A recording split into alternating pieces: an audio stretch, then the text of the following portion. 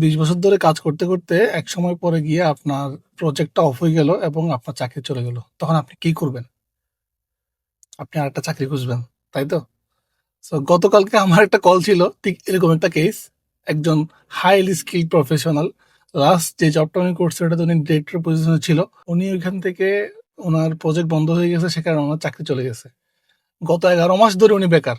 ওনার 2টা university going ছেলে আছে, অনেক টাকার পড়াশোনার খরচ যাদের পিছনে যায়, প্লাস ওনার ফ্যামিলি লিভিং কস্ট আছে। তো আপনি এই অবস্থায় এসে কি করবেন?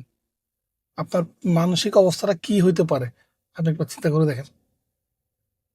Most of the people suffering একটা প্রবলেমসে, এবং আমরা এই জিনিসটা বুঝি না।